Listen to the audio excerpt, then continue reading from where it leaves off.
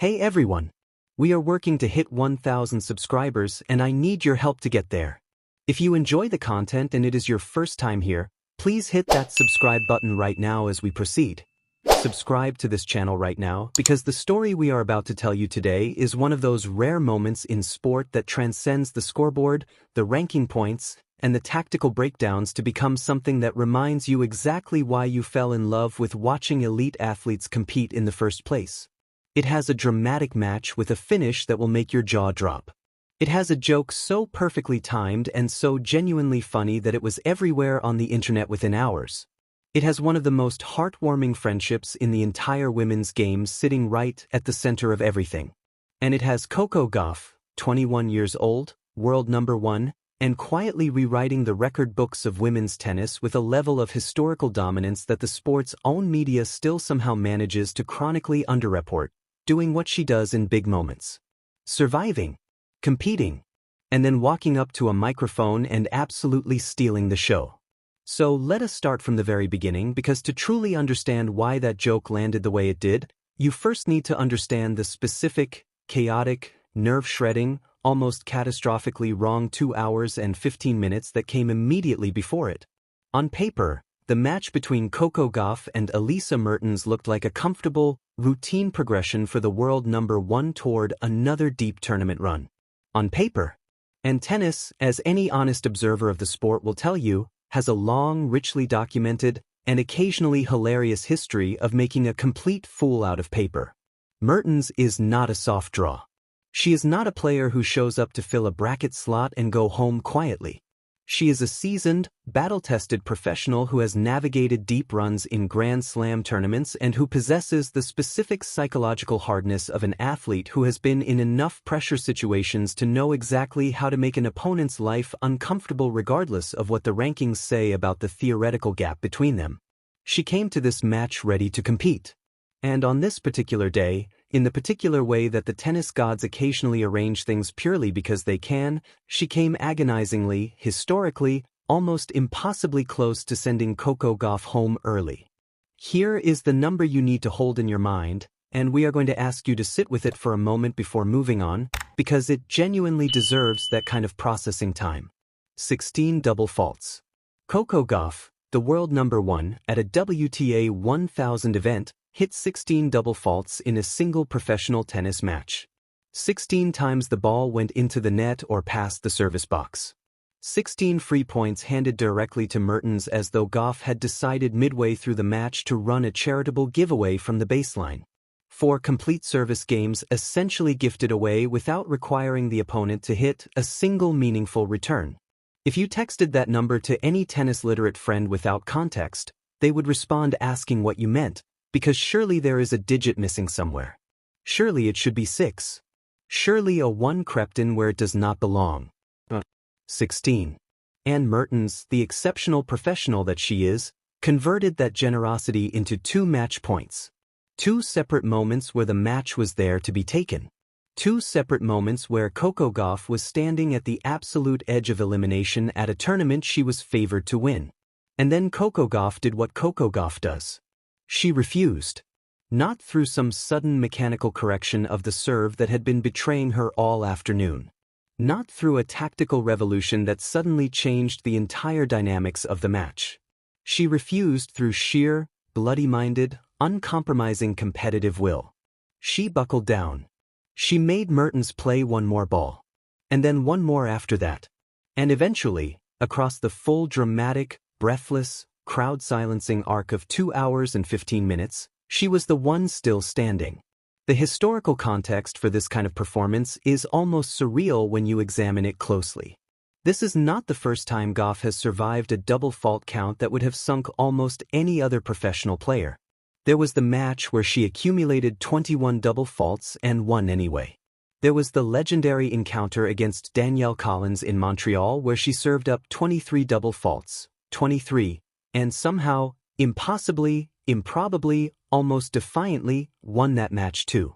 What those numbers collectively tell you is something that no purely statistical analysis can fully contain. COCO Gauff's greatest competitive weapon is not her serve, which on days like this she clearly cannot rely upon. It is her defense, her refusal to lose, her ability to find something raw and fundamental when the technical tools have abandoned her and dig out wins that by any reasonable measure she should not be digging out. 2 match points erased. The world number 1 survives. And then she walked up to the microphone and the real story began. The post-match interview atmosphere was warm, electric, and buzzing with the specific kind of relieved energy that a crowd carries after watching the person they came to see navigate something genuinely terrifying and come through intact.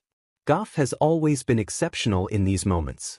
At 21 years old, she carries a natural charisma and a media intelligence that most public figures spend decades attempting to develop and many never fully achieve. She reads rooms instinctively. She knows how to be funny without trying too hard. She knows how to be genuine in a professional context where performative emotion has become the industry standard. So when she stepped up to address the crowd, everyone in that arena was ready to receive whatever she offered. They were grateful. They were warm. They were the audience of a person who had just survived something genuinely difficult, and they wanted to celebrate her for it. What they were not prepared for was the line that came next. Coco Gauff looked out at the crowd, let the moment breathe for exactly the right amount of time, the pause of someone who instinctively understands comic timing, and then delivered it with the ease of a natural performer. "Sorry to keep you waiting. I know you probably came here for Alex." The arena processed it for half a second. That collective pause of an audience working out what was just said, hearing it land, and deciding how to receive it. And then it came in 2 simultaneous waves that crashed together into something genuinely wonderful. Laughter, real, immediate, unplanned laughter of the kind that tells you a joke connected precisely where it was aimed. And riding underneath and behind that laughter, an enormous warm cheer that communicated in the most unambiguous possible terms that this crowd was not letting a self-deprecating joke go unanswered. That cheer said what the crowd needed to say back. "We came for you, Coco. You are the reason. You are the face of this sport. And we are absolutely thrilled you won." Gauff, completely in her element and clearly delighted by the response, followed the joke by pointing directly at the American flags visible throughout the crowd. Born in the USA, ladies and gentlemen, home support making itself unmistakably known. The arena loved every single bit of it. Within hours, the clip was everywhere. Tennis forums. Sports highlight accounts. Filipino fan pages that had been following Alexandra Ila's journey with passionate devotion for years. General sports audiences who might not follow tennis closely but who recognize genuine human connection when they encounter it in 30 seconds of video. The moment had everything that makes something genuinely shareable: personality, humor, warmth, the specific electricity of 2 famous names in the same sentence delivered by one of them with perfect comic awareness. It spread because it was real. And it was real because the relationship at the center of it is real. Let us talk about Coco Gauff and Alex Ila properly, because this friendship deserves more than a passing reference and more than the viral clip treatment it has been receiving. These 2 did not meet at the professional level and decide to be cordial competitors. They grew up in the same tennis world.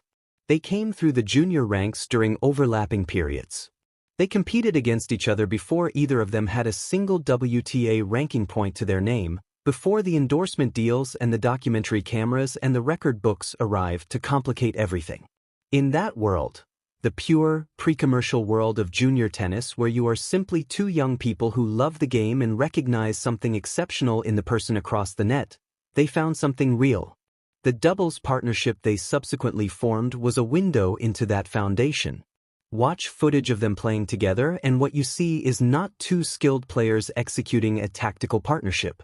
You see 2 people who are genuinely comfortable in each other's energy, who communicate with the easy shorthand of athletes who understand each other's instincts at a level that goes beyond what you can build in a few practice sessions. The appetite in the tennis world for a repeat of that partnership has never diminished. It grows, if anything, as both players' individual profiles expand and the idea of seeing them share a court again becomes simultaneously more tantalizing and more complicated. Gauff's joke was not just a one-liner. It was a public acknowledgement of exactly that dynamic. She was saying out loud, in front of cameras that would carry the moment around the world, that she understands the electricity Ila generates. that she recognizes the size and passion of the fanbase her friend has built. And she was doing it with humor because that is the language of people who are genuinely secure in their relationship with each other. You only make that joke if the mutual respect underneath is solid enough that nothing about the joke can threaten it. Now let us give COCO GAUFF her full flowers for a moment, because while the joke is dominating the conversation, the statistical reality of what she is building deserves to be stated clearly and loudly. The most Masters 1000 wins in the Open era at 21 years old. Her 22nd Masters 1000 quarterfinal, also at 21, also a record. The Open era of tennis encompasses decades of the sport's greatest players across long and decorated careers. And a 21-year-old has more Masters 1000 wins than any of them. That is not a promising start. That is not an impressive beginning. That is one of the most extraordinary statistical achievements in the modern history of professional tennis, and it is happening right now, in real time, from a player who on her worst serving day can still survive 16 double faults and 2 match points and walk away with the win. And now, with Gauff confirmed in the quarterfinal and Ilya still alive in the draw, the bracket is pointing towards something that the joke in the post-match interview has made almost unbearably compelling. A Gauff versus Ilya quarterfinal. The world number one with the record books and the perfect comedic timing against the rising Filipino star who was the subject of that joke. The crowd that laughed when Gauff made the joke against the crowd that showed up at least partially for Ilya and would fill that arena with a noise that Gauff herself publicly acknowledged and clearly respected. If it happens, it will not just be a tennis match. It will be an event. And the joke will have been the perfect prologue. Now we absolutely need to hear from you. Did COCO's post-match joke make you laugh out loud, or did it give you all the feelings about what this friendship represents for women's tennis? Do you want to see a Gauff versus Ilya quarterfinal more than almost anything else in this tournament?